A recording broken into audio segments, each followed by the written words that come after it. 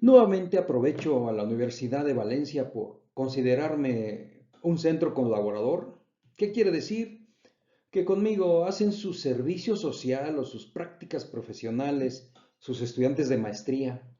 Y lo hago con mucha humildad y mucha voluntad. Y vamos a continuar con traductología. Veamos lo que son cleft sentences. Espero te acuerdes que son cleft sentences. Las vamos a utilizar mucho en la traducción. La lengua inglesa sigue un modelo oracional dominado por la estructura SVO, como puedes ver aquí. SVO, sujeto, verbo y objeto. Aunque el español también sigue el mismo patrón, esta lengua permite mucha flexibilidad. Uno de los factores que permite esta libertad sintáctica es el hecho de que el verbo en español concuerda con el sujeto, eliminando la ambigüedad que pudiera acarrear la transposición del sujeto dentro de la oración. No sé si recuerdes, es el uso de los pronombres pleonásticos. Recuerda que en ocasiones no es necesario repetir el sujeto puesto que está implícito en el verbo.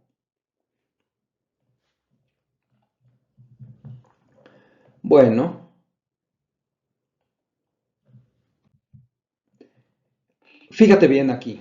Así pues, en la oración, la libertad eliminan las leyes. El sujeto es las leyes, el cual concuerda en tercera persona del plural con el verbo eliminan.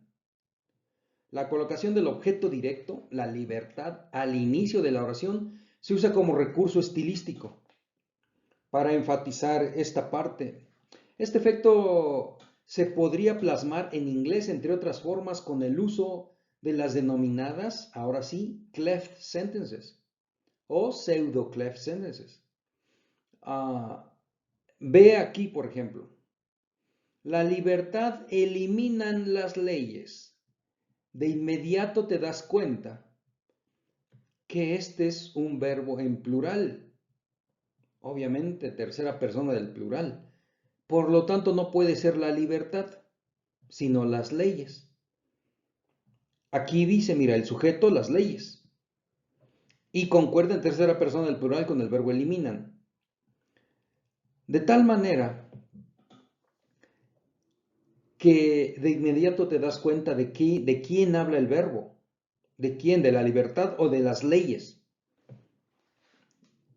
Te das cuenta que este tipo de escritura es, si no difícil, realmente se utiliza para algunos escritos, algunos poemas, qué sé yo. Pero lo que sí quiero que te des cuenta es la manera en que está escrito. La libertad eliminan las leyes. Bueno, ahora ya estás recordando qué son esas famosas cleft sentences. Y vamos a tener ejemplo, no te preocupes. Por lo tanto, cuando se trabaja del inglés al español, es preferible prescindir de los pronombres de sujeto en la traducción, a no ser que por motivos estilísticos, bueno, en la traducción y en la interpretación, a no ser que por motivos estilísticos o de claridad se quiera resaltar el sujeto. Escribir siempre los pronombres personales del sujeto en la traducción al español se consideraría, ¿qué crees?, un calco del inglés y señal de inexperiencia en la actividad traductora. Sucede mucho cuando estamos haciendo la práctica de interpretación simultánea normalmente, porque es en donde el tiempo apremia.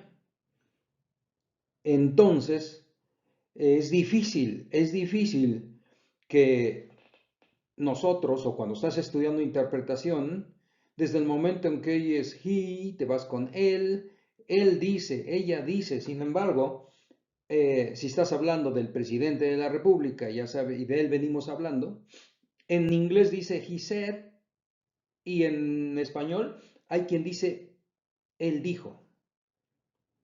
Con el hecho de decir dijo, tú sabes que ahí no es necesario. Ahí es precisamente un pronombre pleonástico. No es necesario, a menos que quieras enfatizar. Bueno, vamos a ver aquí, mira. Como se muestra en la tabla, el hecho de que el sujeto esté implícito en las desinencias verbales que hace en la mayoría de los casos el sujeto, que el sujeto se omita en español, omisión esta que no es gramaticalmente correcta en inglés, y eso lo sabemos. No puedes, en inglés sucede lo contrario, no puedes eliminar el sujeto. Y de hecho es un error cuando el estudiante está aprendiendo inglés o traducción o interpretación,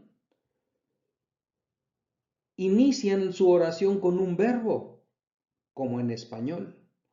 Y hay que estar recordando una y otra vez que coloquen el sujeto. ¿Ok?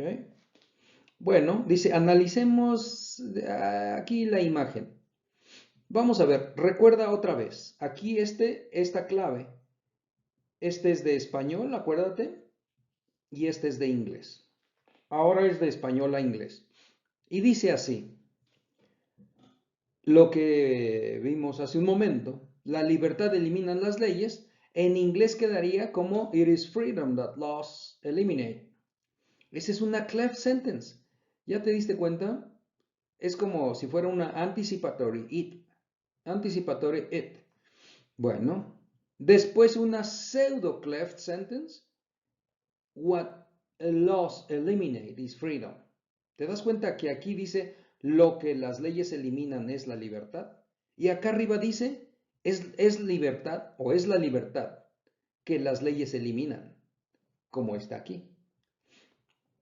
Bueno, para que no se te olvide que es una cleft sentence o una pseudo cleft sentence. Aquí podría ser cualquier question word, por ejemplo, what, where, when, ¿ok? Bueno, no se te olvide. Ahora, retomando lo pleonástico, los pronombres pleonásticos, acá está, mira. Aquí dice que si vienes, ¿no? O sea, quieres venir, dice aquí. ¿Vienes? Perdón, ¿quieres venir? Do you want to come? Bueno, ¿quieres venir?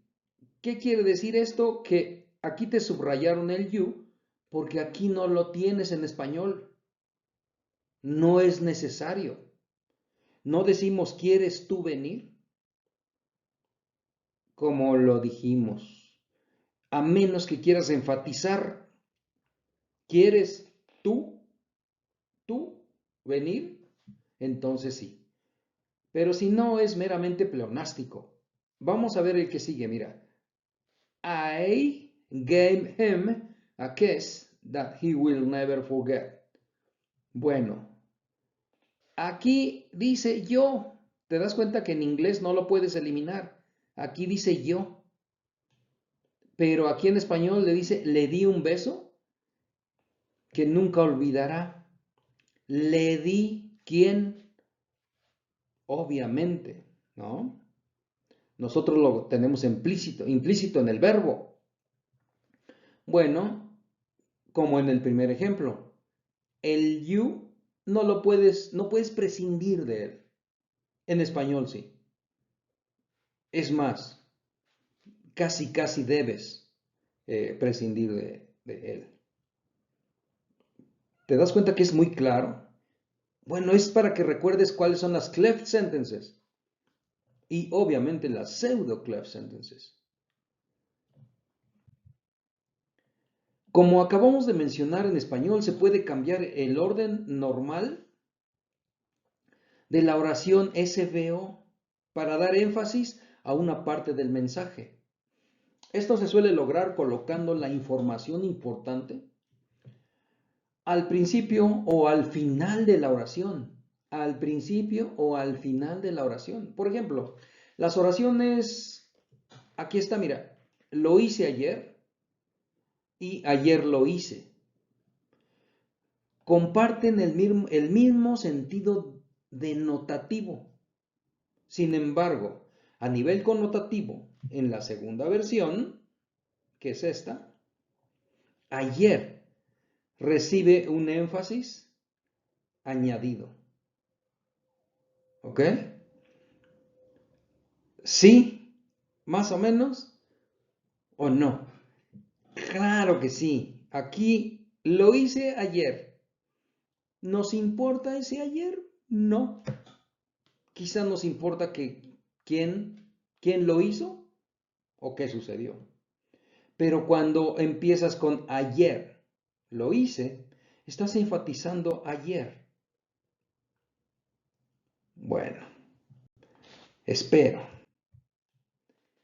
El papel del traductor, fíjate bien, no termina con la transferencia del significado superficial del mensaje, sino que también debes tener en cuenta las connotaciones que éste refleja.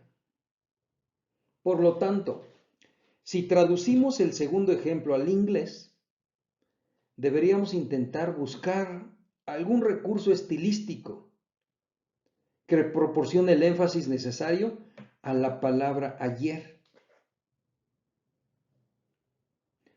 Bueno, hablando de estas connotaciones, fíjate que trabajando allá en Winston-Salem, en algo que se llama Safe 7. ¿Sabes por qué se llama Safe 7? Es jurídico, porque estaba en el piso 7 y era para salvaguardar los derechos de nuestra gente, de los latinos. Ahí se recibían quejas de battering, de violencia intrafamiliar. Entonces, yo encantado de poder ayudar a nuestra gente a la interpretación. Y aquí precisamente entra la pragmática lingüística, en donde cuando en inglés dicen no, quizá tú en español tienes que decir que sí, o viceversa, en donde la audiencia se queda así como diciendo, pues yo entiendo en el español y el inglés la palabra no. Y cuando ellos dicen no y tú dices sí como intérprete, realmente provocas hasta murmullos, ¿no? ¿Por qué? Porque tú estás sabiendo lo que hay detrás de las palabras. Es como alguien que te dice, me voy a casar el próximo mes, y tú le contestas, sí, cómo no. ¿Te das cuenta de ese sí, cómo no? Ese sí es un no. A eso me refiero. Bueno, más o menos se apega a lo que estamos viendo. Por lo tanto, espero te sirva. Y entra al canal por listas de reproducción. En el canal te ofrezco estrategias para tomar un TOEFL, ITP, vocabulario militar, ya localizado a México. Los 30 libros de la LC, con sus ejercicios de evaluación. Alguien me dijo, bueno, pues yo ya terminé mi libro y al último vienen unos ejercicios de evaluación. Pero si los hago, ¿quién me los revisa? No te preocupes, ya te estoy dando las respuestas y el porqué de esas evaluaciones de los 30 libros. También hay algo que se llama gramática comentada, excelente para que practiques tu gramática básica, y no tanto porque sea básica, sino es lo básico que necesitas saber. También algo que se llama English Usage, el empleo del inglés. Si ya sabes inglés, ponte a prueba. Un poco de italiano. Y bueno, solo quiero que recuerdes que tu acento no importa. Digo, para que no te preocupes. Tu acento no importa, lo que importa es tu pronunciación, ¿ok? Recuerda que cuando alguien te dice que el acento es híjole, no quería llamarle estupidez, es una falacia cuando en nuestra cultura es muy criticado.